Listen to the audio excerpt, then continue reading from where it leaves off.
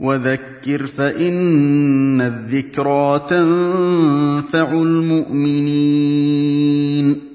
فاسألوا أهل الذكر إن كنتم لا تعلمون. Demandez aux gens du rappel quand vous ne savez pas. L'imam al-Sa'di rahimahullah a dit dans son tafsir, en expliquant ce verset ordonne de revenir, dans le sens de son, en résumé, de revenir exclusivement aux gens qui connaissent le Coran et qui maîtrisent le Coran et la Sunna et qui comprennent le Coran et la Sunna. Et ce verset interdit de revenir aux gens qui ne sont pas les gens de science. Donc le musulman, quand il va demander à quelqu'un qui n'est pas apte à répondre, il fait en cela un péché. Et il met sa religion en danger. Est-ce que tu te verrais aller demander à ton boucher des conseils d'ophtalmologie?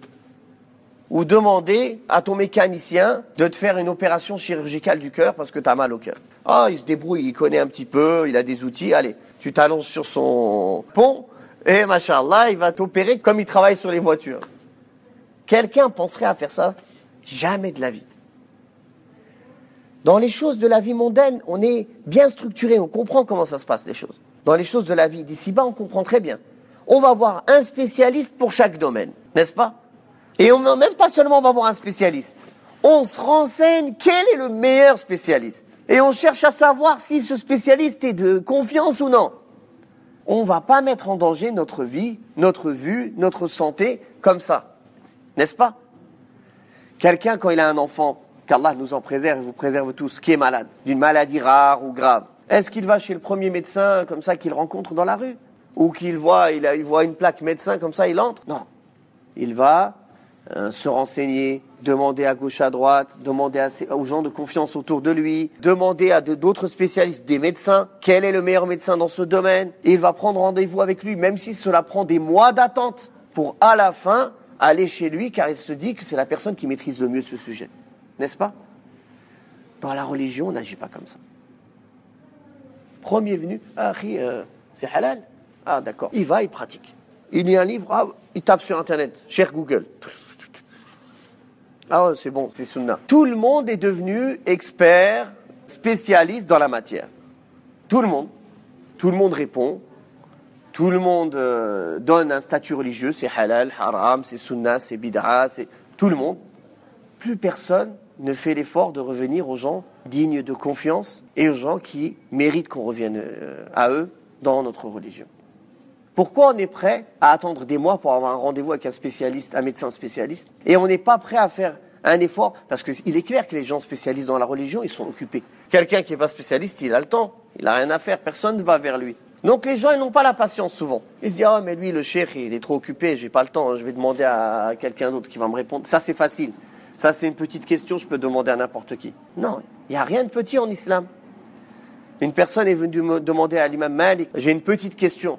Il s'est fâché, l'imam Malik, rahimahullah, il a dit, il n'y a rien de petit en islam, de futile en islam. Car on parle au nom d'Allah, on parle au nom du prophète sallallahu alayhi wa sallam. Et d'ailleurs, les savants sont les signataires au nom d'Allah. C'est comme si tu désignes quelqu'un pour signer à ta place, pour faire des contrats à ta place. Qui les a appelés ainsi? L'imam Ibn al-Qayyim. Dans son livre, I'lam al-Muwaqqi'in ar-Rabbil Alamin. Al-Muwaqqi'in ar-Rabbil Alamin, il les a appelés. Les signataires au nom du Seigneur des mondes. Les savants. Parce que quand un savant, il te dit, c'est permis, ce n'est pas permis, c'est détestable, c'est préférable, c'est une sunna, c'est une bid'a, qu'est-ce qu'il fait? En fait, il est en train de te dire, Allah t'a dit telle chose. Chez Allah, telle chose, c'est comme ça. T'imagines le poids que ça a? Est-ce que vous pensez que n'importe qui, parce qu'il a accès à Internet, il est devenu du jour au lendemain quelqu'un de capable d'être signataire au nom d'Allah? Non.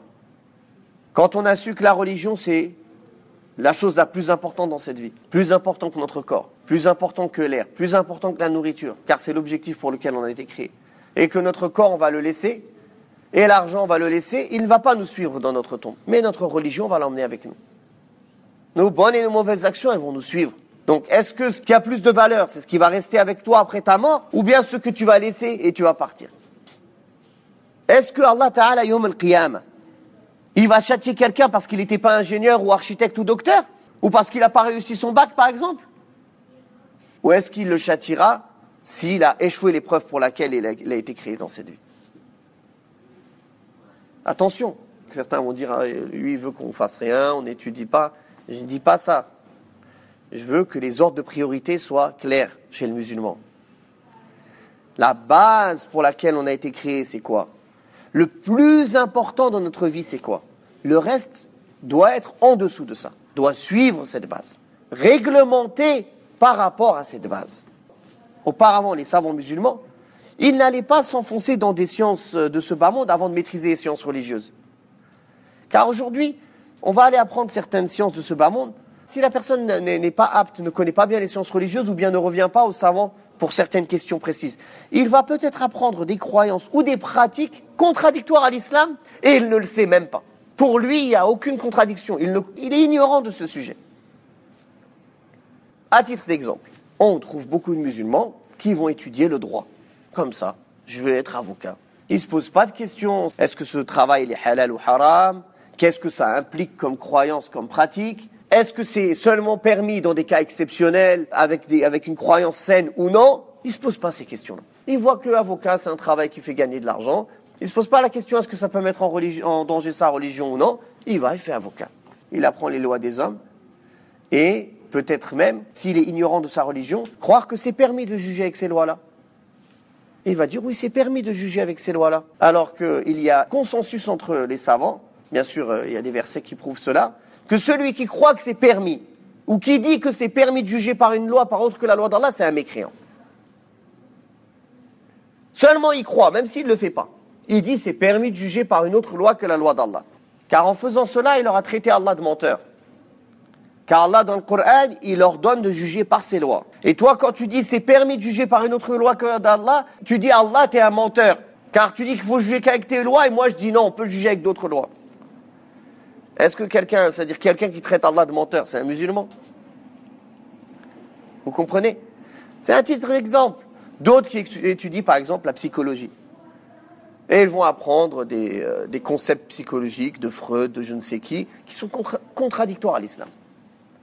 Dans la nature même de l'homme, comment il est fait, de comment il pense, il y a beaucoup de choses qui sont contradictoires. Peut-être il y a certains aspects qui sont profitables. Mais si la personne n'a pas la science, si la personne ne demande pas aux gens de science, comment elle va savoir ce qui est bon ou mauvais dans cela? Il va tout prendre en bloc. Et après, il va ouvrir un cabinet, masha'Allah, psychologue musulman, les gens ils vont aller tous chez lui et lui va les égarer un par un, en leur donnant les concepts de Freud et je ne sais qui, et en les éloignant de ce que le Coran et la Sunna dit. Donc, vous voyez combien on a besoin de la science religieuse dans tous les aspects de notre vie.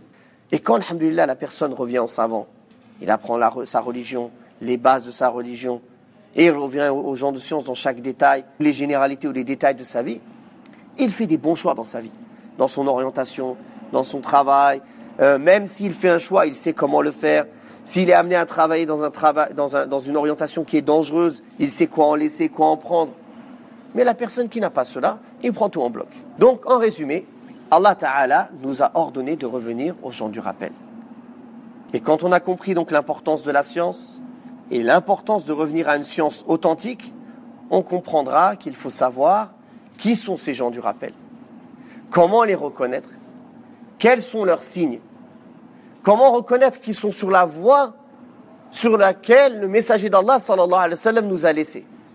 Car si tu vas voir quelqu'un qui va t'égarer plus que te guider, on n'a pas besoin de ça. À la base, on va voir ces personnes en espérant qu'il va nous montrer le bon chemin, n'est-ce pas? À moins que quelqu'un suive ses passions, comme ça existe beaucoup. Les gens, ils cherchent la fatwa qui va l'arranger. Alors il va chez l'un, il va chez l'autre, il va chez l'autre, il va chez l'autre, jusqu'à ce qu'il trouve ce qui est en concordance avec ses passions, et dit, alhamdoulilah, j'ai demandé. Premièrement, est-ce que tu as demandé à la personne qu'il faut, dans toutes ces personnes? Est-ce qu'elles sont toutes aptes? Deuxièmement, est-ce qu'il t'est permis de suivre un avis quand tu sais pertinemment qu'il contredit le Coran et la Sunna? Tu as la certitude qu'il le contredit. Donc, pour savoir cela, il faut comprendre quel est le message et la da'wa que le prophète sallallahu alayhi wa sallam nous a laissé. وَقُلْ رَبِّ زِدْنِي عِلْمًا